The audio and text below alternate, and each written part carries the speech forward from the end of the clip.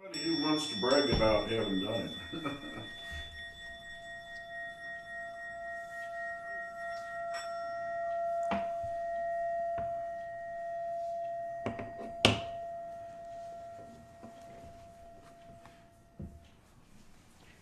Okay, the Emmett Fox reading for the 27th is entitled Agree Quickly. Agree with the adversary quickly while they art in the way with him, lest at any time the adversary deliver thee to the judge, and the judge deliver thee to the officer, and thou be cast into prison. Verily I say unto thee, thou shalt by no means come out thence till thou hast paid the uttermost farthing. And that's from Matthew chapter 5, verse 25 and 26. And Brian's going to read another verse. This is the Lamsa translation. Try to get reconciled with your accuser promptly while you are going on the road with him. For your accuser might surrender you to the judge, and the judge would commit you to the jailer, and you would be cast into prison. Truly, I say to you, that you would never come out thence unless you have paid the last cent. Now, Emmett Fox's interpretation. Jesus is stressing here the instruction contained in his injunction to watch and pray.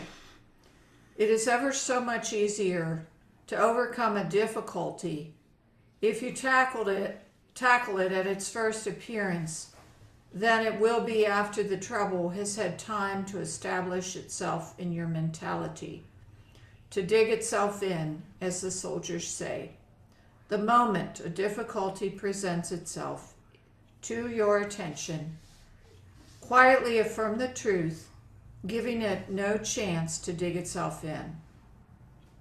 On the other hand, by thinking about your difficulty, you incorporate it into your mentality. And if you go on doing this long enough, it may be exceedingly difficult to get rid of it. Jesus, when he wished to drive home a particularly important point, employed a graphic illustration from everyday life.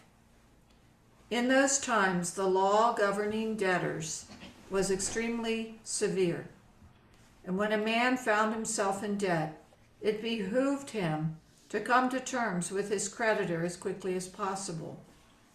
Even at the present day, it is important for the debtor to keep his case from coming into court.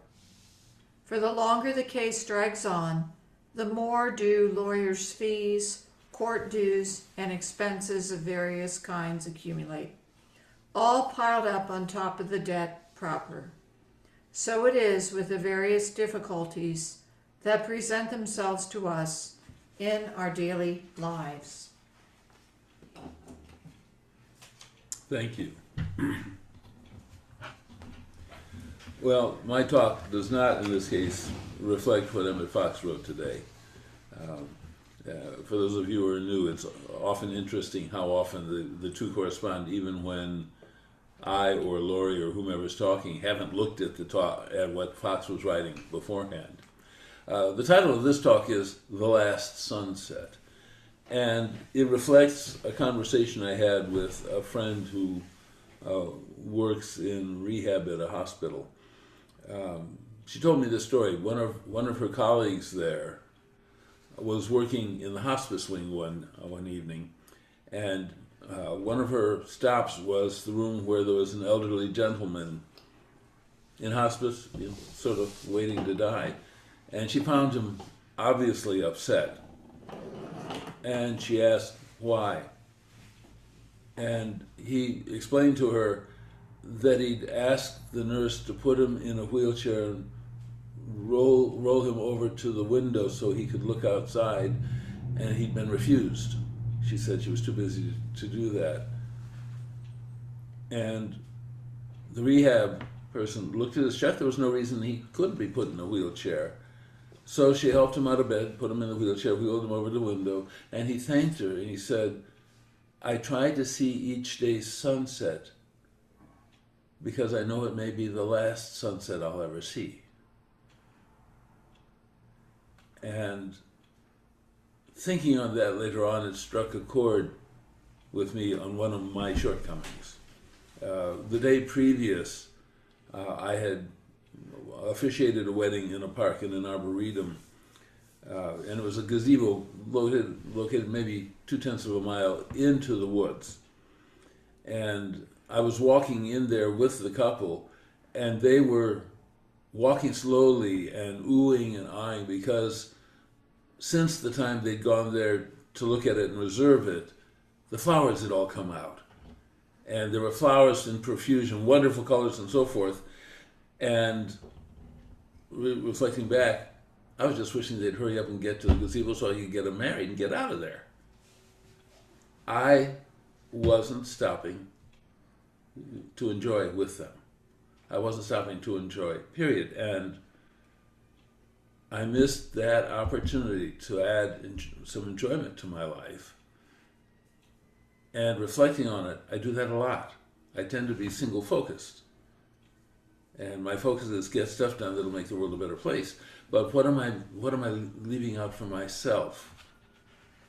What am I depriving myself of? And more important, I realize that's contrary to what the divine who's invited us to be here would like for us to experience here on this earth. And I did some research and some quotes looking at the idea of enjoyment as part of the spiritual walk, the religious experience. First from a website called In the Mirror of God, quote, "First and foremost, it's important to realize that Jesus Christ came and died for us to have and enjoy life abundantly." And then from John, their quote, "The thief comes only in order to steal and kill and destroy. I came that they may have and enjoy life and have it in abundance to the full till it overflows." And then I thought to look, well, is Christianity the only one that deals with enjoying life? No. But, thanks to Google AI, Christianity, it makes the point, Christians are encouraged to enjoy life's blessings and God's good gifts, but with a focus on gratitude and service. The Bible emphasizes the importance of love, joy, and peace. And while enjoying life, Christians are also called to be mindful of their actions and to strive for a life that is pleasing to God. In Islam emphasizes the importance of gratitude for God's blessings and enjoying the good things in life. It goes on to note Muslims are encouraged to seek pleasure and comfort within the bounds of Islamic teachings, and it stresses the importance of balance and moderation in enjoying life's pleasures. Hinduism encourages individuals to live a fulfilling life, fulfilling their duty and achieving liberation. And it emphasizes the importance of finding happiness and joy in the present moment while acknowledging that we are in a cycle of birth and death. And it also encourages individuals to be mindful of their actions and to strive for positive karma, which can lead to greater happiness and well-being in future lives. Judaism emphasizes the importance of living a life that is meaningful and purposeful with a focus on service to God and others. Now, I want to make a point here that comes to me. You can have enjoyment while doing things that are meaningful and purposeful. It goes on, Judaism also encourages individuals to enjoy the blessings of life and to find joy in their faith. And it emphasizes the importance of living a moral and ethical life with a focus on justice, compassion, and kindness. And I think I will be doing a talk later on kindness. Okay, Confucianism emphasizes the importance of cultivating good relationships and living in harmony with others. Well, that's part of enjoyment, isn't it? And it encourages us to find happiness and fulfillment in our daily lives. It emphasizes the importance of living a life that is both meaningful and enjoyable, with a focus on personal growth and social responsibility. So, there you have it. Now, I will say Buddhism actually emphasizes suffering, so they didn't have anything positive to say about enjoyment. But so many religions have the other position. Excuse me. And so, thinking about all this, I decided I better make a change in my life. Now, bear in mind, this is only a couple of days ago, so change is in progress. But first of all, thinking about it, do I know what enjoy is? Because those of you familiar with lift, within our subconscious, there may not be any definition of enjoy, or happiness, or love. And so I looked for a definition because my subconscious did not have a definition for enjoy. So you can decide to enjoy, but if you don't know what it is, you're still detached from this good that the divine has for us. So here's the definition of a bunch I looked at that made sense.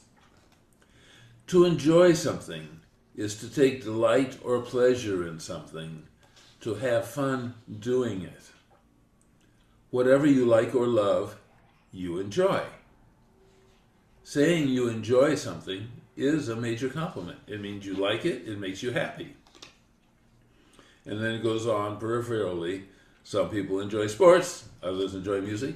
Personally, I enjoy dancing.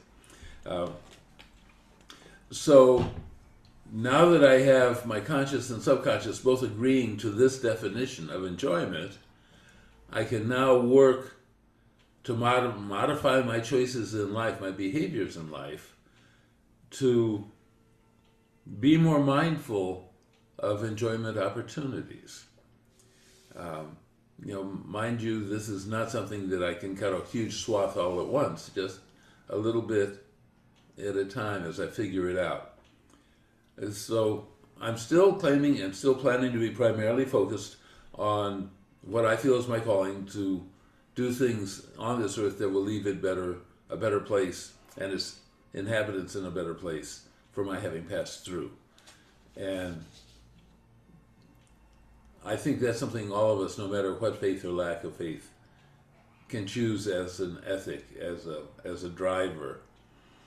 But within that context, I am working to carve out, maybe as a sub-emphasis or as a shading, more time to enjoy, to smell the roses, as it were.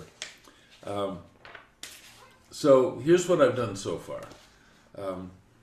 I've decided to try to create at least one opportunity a day to step outside for a minute, 2 minutes, 3 minutes, to breathe in lungs full of fresh air and enjoy the smell of that fresh air.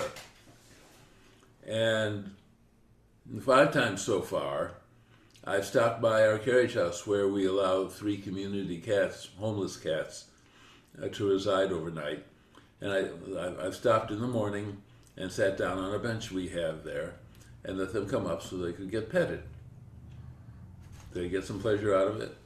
I get some pleasure out of it. And I notice that 2 of them now, if they're outside, they sort of come up to me. Well, so I pet them a little more. So more enjoyment there. So I don't know what other changes I'll be making in the future. I do know that I have been spending more time with Phyllis, and I intend to spend more time doing things she enjoys and I enjoy doing, so I can enrich our marriage and enrich my life further. One of my weak spots, perhaps from my autism, is finding pleasure in the company of others. I'm working to change that. I don't know what it'll be for you, but consider the choices you make and whether there's room for enrichment of enjoyment for you. And then I'm going to close with a commentary that Pope Francis, the late Pope Francis, wrote while he was in the hospital recovering before he got out. And I do think it was such a blessing he got to spend time with some people over Easter before he left this world, people that loved him. So this is what he wrote. The walls of hospitals have heard more honest prayers than churches. They have witnessed far more sincere kisses than those in airports. It is in hospitals that you see a homophobe being saved by a gay doctor, a privileged doctor saving the life of a beggar. In intensive care, you see a Jew taking care of a racist, a police officer and a prisoner in the same room receiving the same care, a wealthy patient waiting for a liver transplant, ready to receive the organ from a poor donor. It is in these moments when the hospital touches the wounds of people that different worlds intersect according to a divine design. And in this communion of destinies, we realize that alone we are nothing.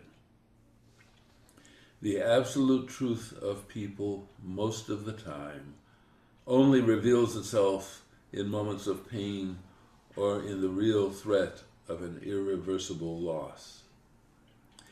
And I'm going to step out of his message for a moment to say, this is where we need to build more enjoyment, the truth of God's love in its beauty, in the pleasure of good company, in the love of cats, or whatever, into our lives to strengthen our lives and our walk with the divine. Going back to his message, a hospital is a place where human beings remove their masks and show themselves as they truly are in their purest essence. This life will pass quickly, so do not waste it fighting with people. Do not criticize your body too much. Do not complain excessively. Do not lose sleep over bills. Make sure to hug your loved ones. Do not worry too much about keeping the house spotless. Material goods must be earned by each person. Do not dedicate yourself to accumulating an inheritance. You are waiting for too much. Christmas Friday, next year, when you have money, when love arrives, when everything is perfect. Listen, he writes, perfection does not exist. I'm going to say that again. Perfection does not exist. A human being cannot attain it because we are simply not made to be fulfilled here. Here we are given an opportunity to learn. So make the most of this trial of life and do it now. Respect yourself, respect others, walk your own path, and let go of the path others have chosen for you. Respect. Do not comment. Do not judge. Do not interfere. Love more, forgive more, embrace more, enjoy more, I added that, live more intensely, and leave the rest to the hands of the Creator. So wrote the late Pope Francis. Such wisdom. And what a wonderful recipe for finding more peace, more contentment, more joy, and more enjoyment in your life.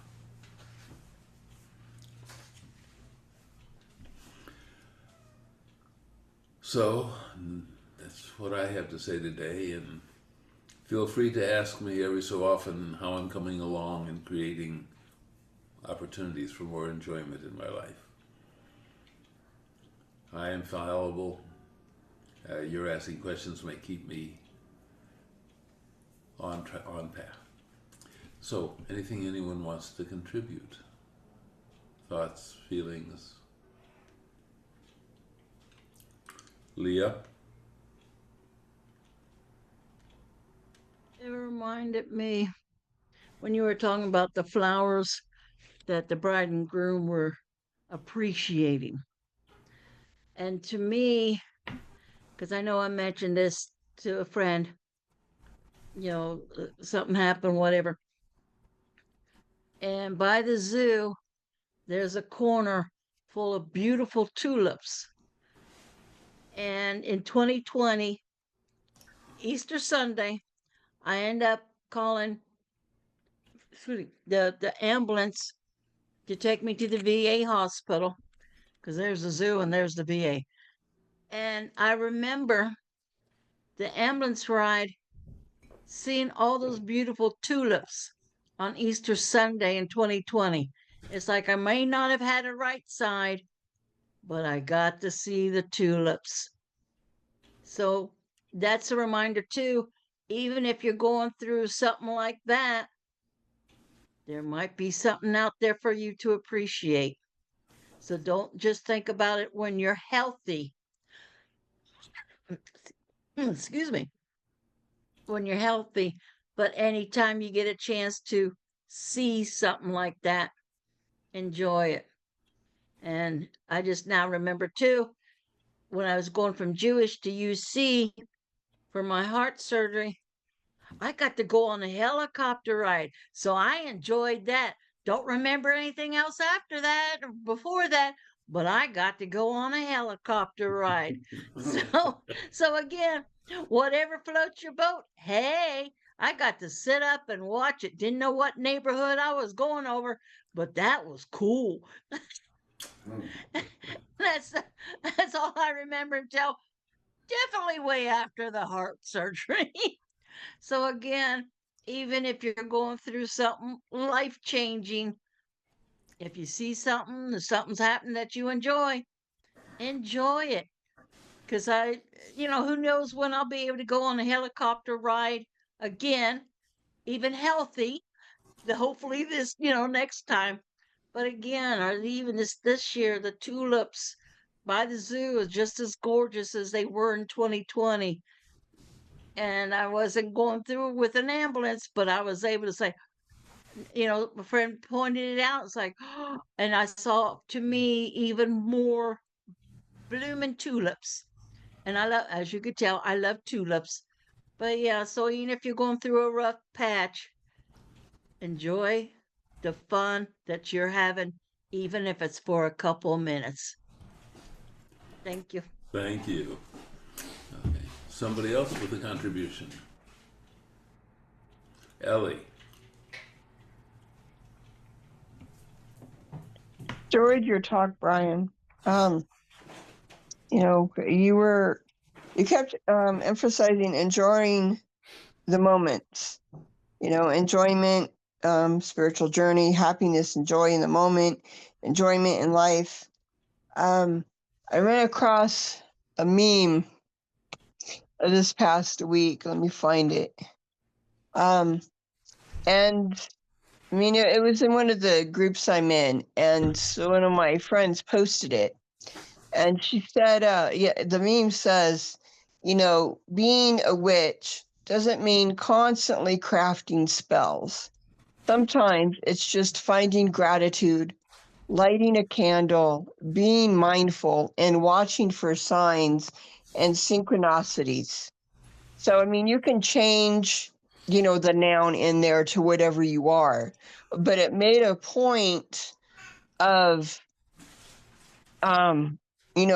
what it means and doesn't mean. Sometimes it's just finding gratitude, lighting a candle, being mindful, watching for signs. And we can all do that.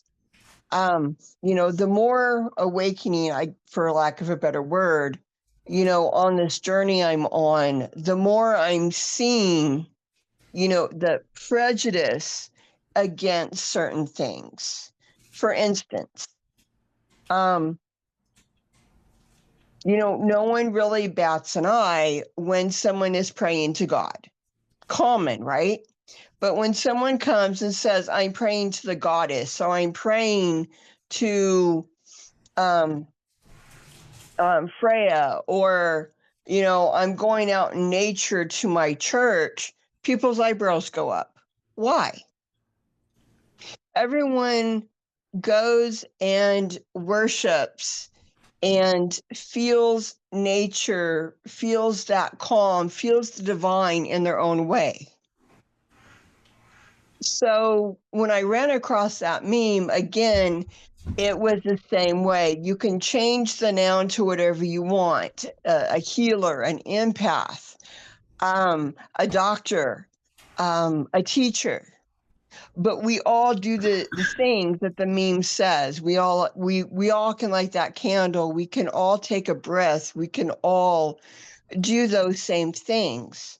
And so, of course, it got me thinking, which sometimes can be dangerous, especially with lack of caffeine. The fact that if we can all be similar and do those things, why can't we use those things to bring us together instead of driving wedges to pull us apart? So, your talk got me thinking along those lines as well. We can all enjoy those moments of happiness, joy, and peace. So, thank you, Brian. Thank you. If you'll send me that meme tonight, I've got to send something out to our email list. I'd love to include that. Okay, somebody else with a contribution. It doesn't look that way. Okay, let's move to our silence, folks. This is the time for you to connect with the divine within and without and see what it has to say to you. It's time for a benediction.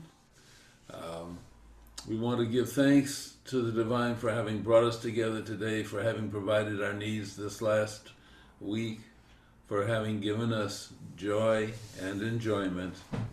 We thank the divine for the health we have, the better health that is to come, for the purpose we have on this world, the new purposes that we are to be brought, for the capabilities to lift this world up, lift our lives up, and to love one another even more.